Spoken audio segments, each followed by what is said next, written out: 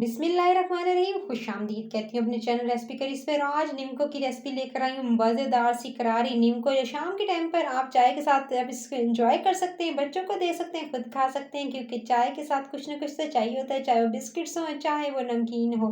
तो आज नीमको किस तरह से नमकीन घर में बनाएंगे, तो इसके लिए चाहिए एक बॉल। उसके अंदर शामिल किया आपने बेसन। बेसन से ये रेसिपी रेडी होगी। तो आपने ले लेना है बेसन। बेसन की मिकदार मैं आपके साथ शेयर करती चलूँ, क्योंकि हर रेसिपी में कुछ ना कुछ चीज़ें ऐड होती हैं और उसकी मिकदार होती है। अगर उस मिकदार से ज़्यादा ये कम कर देंगे तो चीज़ ख़राब हो जाएगी। सो आज आपने गौर से देखना है क्या क्या चीज़ कितनी शामिल हुई।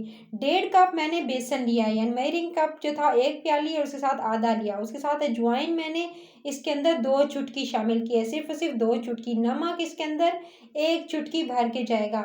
3 चीज़ें, ठीक है। बेसन आपने गौर से देखना है। बेसन जो है, अगर आपके पास मेजरिंग कप नहीं है तो आप कटोरी ले लें, कोई छोटी प्याली ले लें। उसी प्याली को फिर आपने जो है हाफ कर लेना है, और यानी आपने 1.5 डाल देनी है कटोरी भरकर आपने बेसन की। बेसन पहले से अच्छे से छान लीजिएगा। छान लेंगे तो गुठली नहीं बनेगी और आपका वक्त भी बचेगा, और टाइम बचने के साथ साथ आपको जो है बार बार जो है इसको चम्मच से प्रेस कर करके वो जो लम्स बन रहे होते हैं ना, उससे निजात मिल जाएगी। सो आपने जैसे चम्मच से बहुत अच्छे से मिक्स करना है, थोड़ा थोड़ा करके पानी इसके अंदर शामिल करना है। एकदम पानी शामिल कर देंगे तो ये बिल्कुल बारीक शरबत जैसे हो जाएगा, ऐसा नहीं करना है। तो आप जो है जो जो चीज़ें मैं जैसे बता रही हूँ वैसे ही करना है। इसके अंदर मैंने 2 टेबलस्पून पहले पानी शामिल किया, 2 टेबलस्पून फिर शामिल किया। अच्छा, इसको मिक्स करते बहुत जाना, जितना मिक्स करेंगे जब तक कि इसका कलर चेंज नहीं हो जाता, और आपको इसका बैटर में फ़र्क खुद ब खुद महसूस होगा। पहले इसका बैटर जो था वो कैसा था और बाद में कैसा होगा ये आप खुद देखेंगे। इसको मुसलसल मैं 4 टेबलस्पून सिर्फ और सिर्फ पानी के डाले हैं, तो मैं इसको हिला रही हूँ। 4 टेबलस्पून डालकर सिर्फ और सिर्फ पानी के इसके अंदर, और बहुत अच्छे से आपके सामने जो है मैं चम्मच से मिक्स करती जा रही हूँ। चम्मच नहीं तो विस्कर ले लीजिएगा, उसकी अंडा जिसे फेंटते हैं उससे भी आप अच्छे से इसको मिक्स कर सकते हैं, जब तक कि इसका कलर चेंज नहीं हो जाता और एक स्मूथ सा फाइन सा बैटर रेडी नहीं हो जाता। आपने जो है वो इसको चम्मच चलाते हुए इसको अच्छे से बीट करना है। जितना कि आप जो है बीट करते हैं अंडे को, जब आपने केक बनाना होता है फ्लफ़ी, वैसे ही अब आपने जो है इसको बहुत अच्छे से बीट करना है।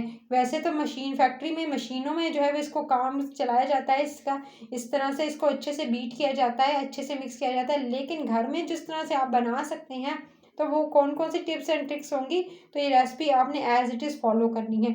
बहुत अच्छे से मैं इसको मिक्स कर रही हूँ। इसका कलर देख सकते हैं, पहले आपको कैसा नज़र आ रहा था, अब लाइट होता जा रहा है, लाइट कलर होता जाएगा, और देख सकते हैं अब इसका कलर बिल्कुल चेंज हो चुका है।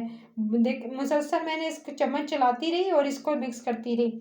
अब जो है बिल्कुल मेरा जो बेसन है वो तकरीबन तकरीबन जो है वो अब डन हो चुका है।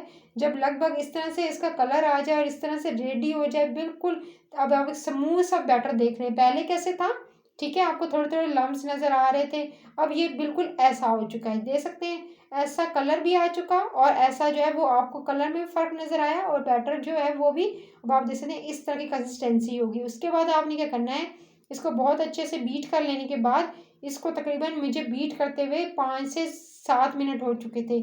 इसको बहुत अच्छे से बीट किया। फिर उसके बाद आपने क्या करना है, फिर इसका मसाला, जब तक इसको मैं रेस्ट पे रख देती हूँ 10 मिनट के लिए। 10 मिनट मैंने इसको रेस्ट पे छोड़ दिया, मसाला रेडी कर रही हूँ। सबसे पहले गरम मसाला लिया मैंने 1 टीस्पून, 1 छोटी चाय की चम्मच भरकर। साथ में आपने इसके अंदर आमचूर आधा चाय का चम्मच लिया। साथ में नमक जो है वो भी आधा चाय का चम्मच लिया। साथ में आपने लाल मिर्च का पाउडर जो था वो भी 1 टीस्पून से थोड़ा सा कम लिया। इन तमाम चीज़ों को अच्छे से मिक्स करेंगे और इसके ऊपर छिड़कने वाला मसाला रेडी कर लेंगे। ये जी नमकीन का या नीमको का मसाला जो है वो डन हो चुका है।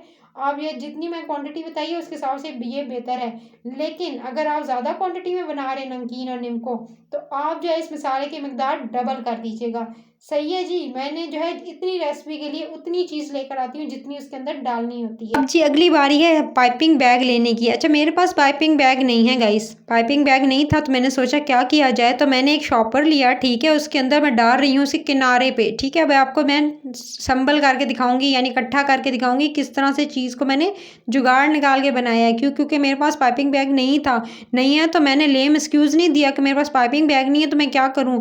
मैंने सिंपली एक लिया, थोड़ा सा थिकन होना चाहिए, मैंने एक शॉपर लिया, साफ़ सुथरा न्यू निकाला था, और उसके अंदर मैंने ऐड कर दिया ये सारा का सारा जो बैटर मैंने रेस्ट पे रखा था ना बेसन का रेडी करके, वो मैंने इसके अंदर चम्मच से अच्छे से मैंने डाला। नीचे जो है वो आपने मग रखना है, ठीक है, कोई प्याला या मग जो थोड़ा-सा लंबाई में हो, और उसके अंदर जो आपने इस तरह से शार्पर रखना है और उसके किनारे पे मैं डाल रही हूँ। आपने पाइपिंग बैग हो तो पाइपिंग बैग में डालिएगा, नहीं तो आप जो है इस तरह से, और उसकी नोज़ल की, अगर पाइपिंग बैग ले रहे हैं तो उसकी नोज़ल की ज़रूरत नहीं पड़ेगी, क्योंकि आपने जो है इसके अंदर सिर्फ़ और सिर्फ़ सुराख करना है। अच्छा, ये देख सकते हैं मैंने जो है वो किनारे से इस तरह से शॉपर को इस तरह से इकट्ठा कर लिया, और अब आपने ये देखते हैं सामने से मैं इसकी जो है वो छोटा-सा एक कट लगा दूँगी। बिल्कुल छोटा-सा होल बनाना है, ज़्यादा गहरा नहीं बनाना है। यहाँ पे जो है नोज़ल की ज़रूरत आपको भी नहीं पड़ेगी अगर आप जो है पाइपिंग बैग का इस्तेमाल करें। घी पहले से बहुत अच्छे से थोड़ा-सा गर्म होना चाहिए, उसके बाद मैंने इतना मोटा, पहले थोड़ा मोटा करके दिखाती हूँ कि मोटी-मोटी अगर आपने बनानी है तो थोड़ा मोटा-मोटा जो है वो बनाना चाह रहे हैं तो आप जो है सुराख जो है थोड़ा मोटा रख लीजिएगा।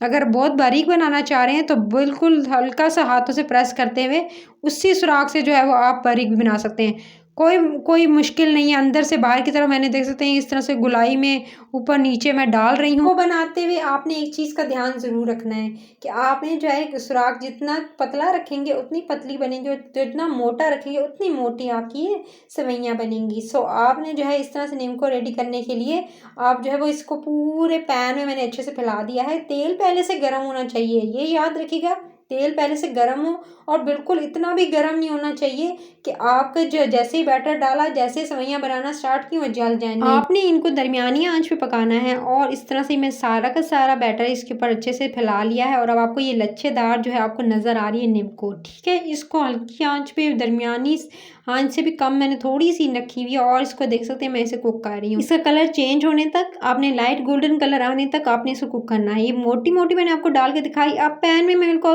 बिल्कुल आपको बारीक डाल के दिखाती हूँ। अच्छा, बिल्कुल बारीक रखनी है तो थोड़ा-सा जो कट सुराख जो होगा ना वो बिल्कुल बारीक कीजिएगा, ठीक है। और इसी तरह से बाहर से अंदर, अंदर से बाहर, ऊपर-नीचे मैं डाल रही हूँ, क्योंकि इसके बाद से तोड़ना भी है आपने।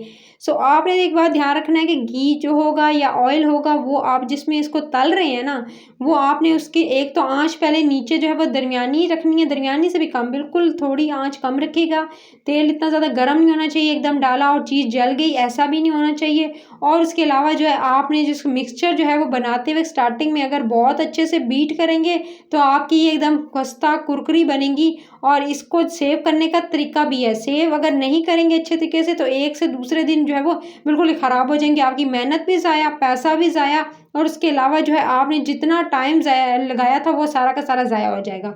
सो आपने कुछ सेव करने का तरीका भी जो है वो इसको मैं एंड में बताऊंगी कि इसको सेव भी किस तरह से करना है, ताकि आप शाम की चाय के लिए इसको जो है बनाकर जार में सेव करके किस तरह से रखेंगे और कहाँ नहीं रखना है और किधर रखना है, ये अब आप ज़रूर एंड में वीडियो के देखिएगा।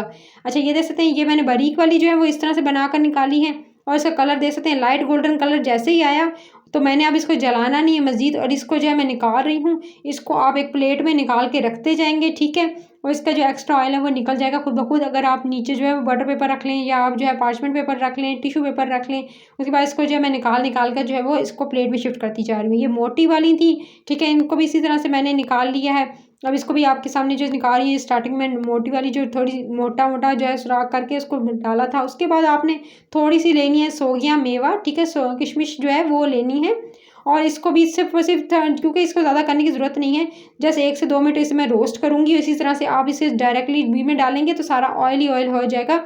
सो निकालने में मुश्किल होगी, इकट्ठा करने में मुश्किल होगी, तो आपने इस तरह से कोई ले लेनी है छन्नी, या इस तरह से आप कोई छोटा सा जो है वो स्ट्रेनर ले लें, उसमें इसको डालकर 1 से 2 मिनट जस्ट आपने करना है, स्टर करना है, जिस इतना नहीं पकाना नहीं है, सिर्फ हल्का सा इसे करना है, थोड़ा सा इसका जो कलर वो चेंज हो जाए। उसके बाद आपने इसी तरह खोपरा लेना है, उसको लंबा लंबा जो है वो स्लाइस्ड कर लेना है, ठीक है, नारियल स्लाइस्ड कर लीजिएगा लंबा लंबा बारीक बारीक, उसको भी छन्नी में डालिएगा।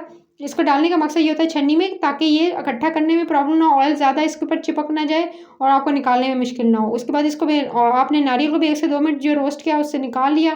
फिर ये मैं एक बड़े से आपने बर्तन के अंदर इन सारे जो मेवा, खोपरा और साथ में सेवइयाँ थी जो आपने अच्छे से कुक करके अच्छे से क्रिस्पी के तल के निकाली थी, उन सबको इकट्ठा करेंगे, सेवइयों को तोड़ेंगे, क्योंकि सेवइयाँ इस तरह से खाई तो जाती ही नहीं है निम्को, तो इस निम्को को आपने तोड़ना है, और इस निम्को को तोड़ के आपने छोटा छोटा कर लेना है, ठीक है। बड़े साइज़ की इतनी नहीं रख रही हूँ, छोटे साइज़ की आप रखेंगे और इसको जो है इस तरह से जो है वो तोड़ लेंगे।